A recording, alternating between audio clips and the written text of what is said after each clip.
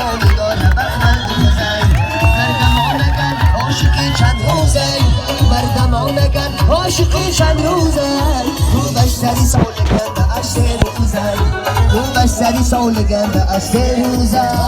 باید اون اکشان میکنیم باری نازی کنو پیماندانه پیچه دوستان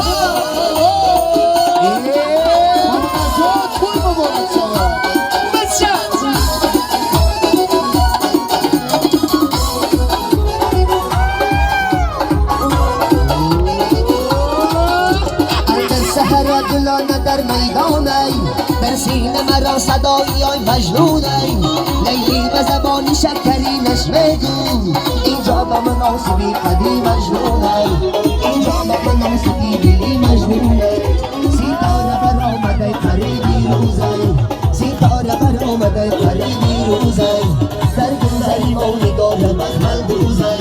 در گذری ما نگاه بخمل دوزه مردم آمگن عاشقی چند روزه مردم آمگن عاشقی چند روزه خوبش سری سالگن به اصل روزه خوبش سری دختن نگو نگو دوستانی عزیز میوان بگیرم و حاضرین محترم زیانی توی بهروز جانی عارفیه شده خوشانی نکنیم مرمون دوستانی عزیز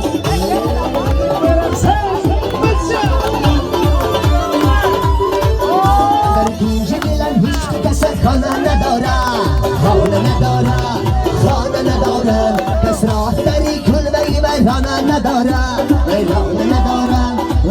نداره در کنج دلم هیچ کس خانه نداره خانه نداره کس راه داری کل بی ویرانه نداره